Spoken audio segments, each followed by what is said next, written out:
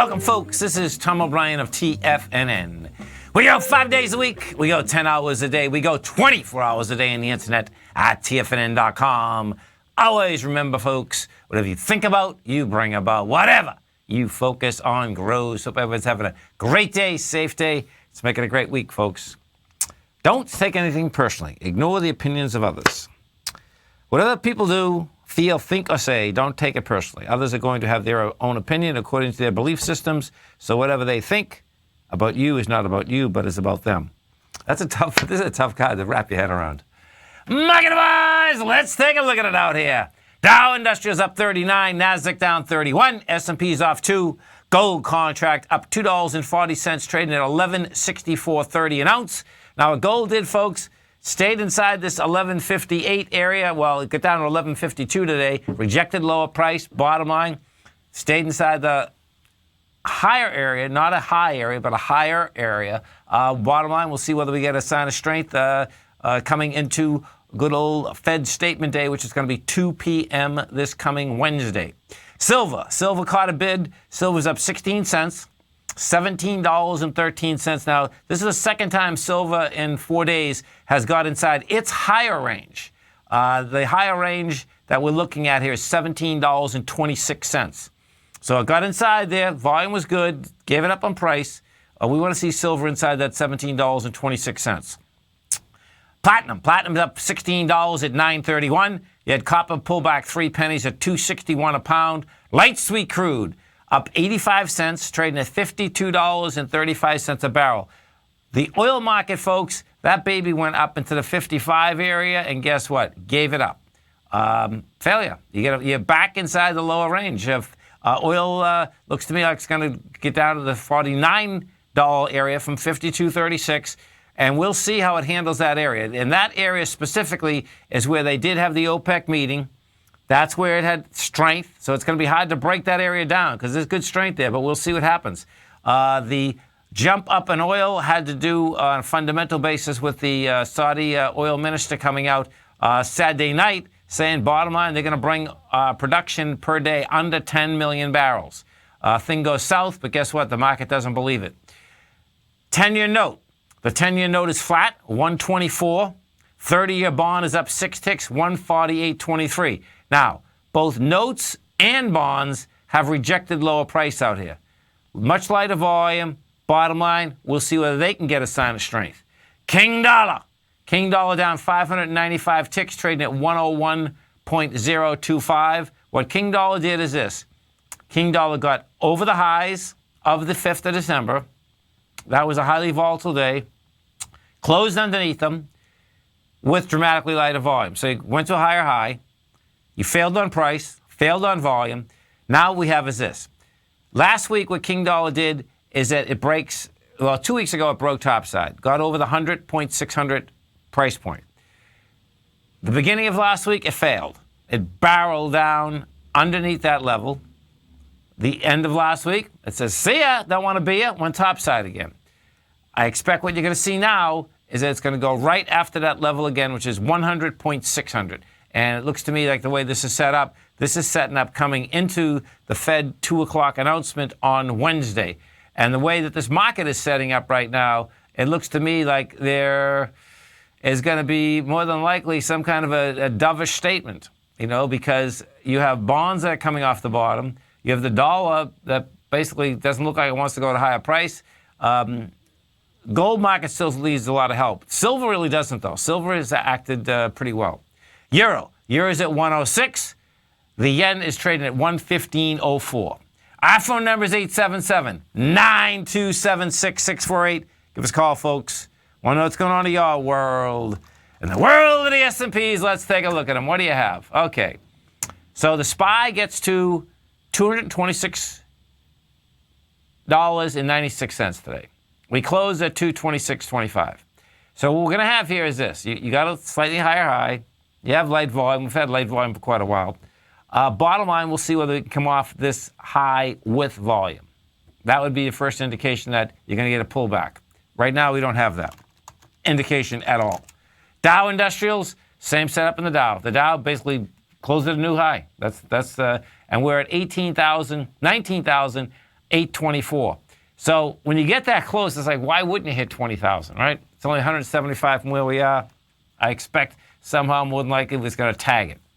NASDAQ Composite. Composite and the NDX 100 a little bit different. Composite, we come down 31 bucks, and I believe we did about 1.9 billion. Let me just see what it hit. Yeah, we did 1.9 billion. So that is not a big number, folks. That's the real bottom line. So that doesn't tell us much.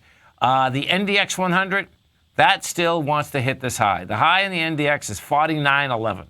And Friday, we hit 48.97.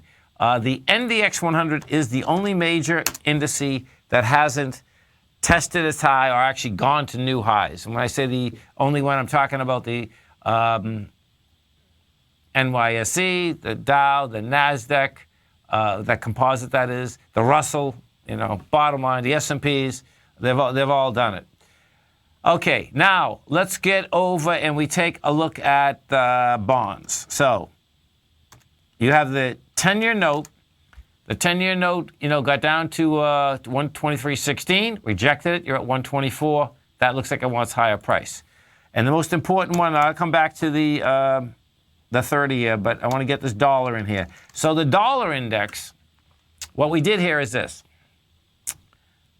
When you take a look at how this is set up, on the 5th of November, we went from 101.800 and barreled down to 99.870.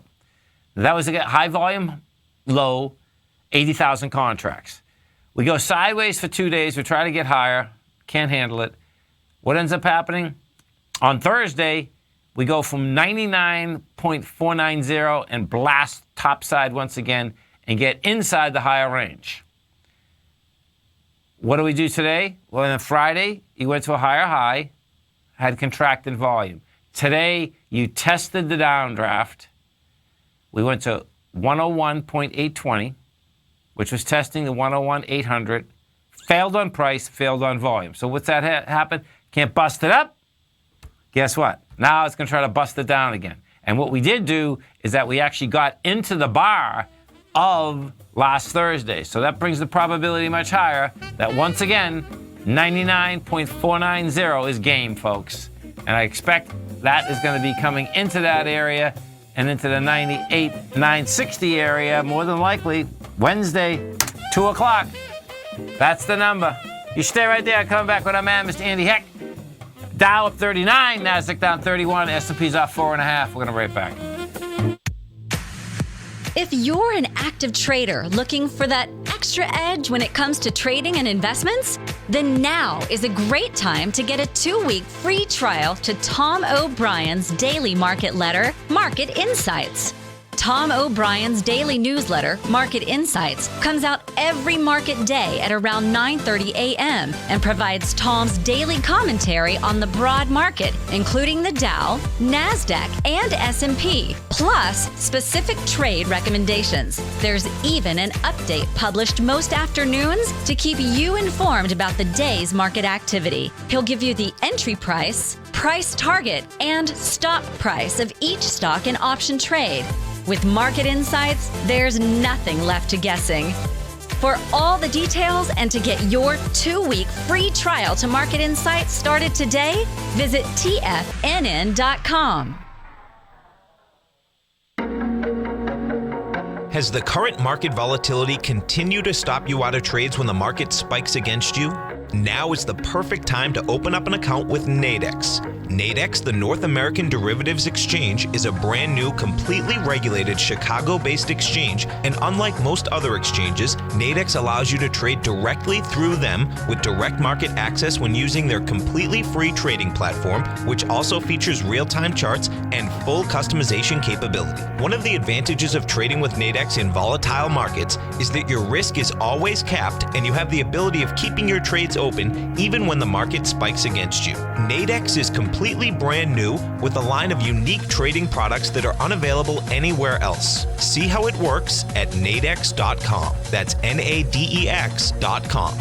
Or click on the Nadex banner on the front page of TFNN.com. Futures and options trading involves risk and may not be appropriate for all investors. Are China A-shares hot or not? If you trade China A-shares, now may be time to take a closer look. Trade CHAU or CHAD, Directions Daily CSI 300 China A-share Bull and Bear ETFs. China A-shares in either direction. Visit directioninvestments.com today. An investor should consider the investment objectives, risks, charges, and expenses of the Direction shares carefully before investing. The prospectus and summary prospectus contain this and other information about Direction shares. To obtain a prospectus or summary prospectus, please contact Direction shares at 866-476-7523. The prospectus or summary prospectus should be read carefully before investing. An investment in the funds is subject to risk, including the possible loss of principal. The funds are designed to be utilized only by sophisticated investors such as traders and active investors. Distributor Foreside Fund Services, LLC. Tom takes your phone calls now. Toll free at 1-877-927-6648. Internationally at 727-445-1044. Welcome back, folks. Dow Industrials finished up 39, Nasdaq down 31, S&P's down 4.5. Now let's go over to our man, Mr. Andy Hecht. And don't forget, folks, Andy's got an outstanding show every Tuesday and Thursday right here at TFNN, 5 to 6 Eastern Standard Time.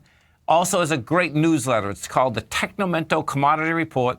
You can test drive this newsletter absolutely free by coming over to our website at tfnn.com. You just hit Tiger TV. You're going to get some great HD audio as well as video. And we got Andy on today because tomorrow he's got a special guest. We're going to be talking about commodities right now. We're going to be talking about this guest. Andy Hecht, what's going on? Hey, Tom, how are you today? I'm doing great, man. Yourself?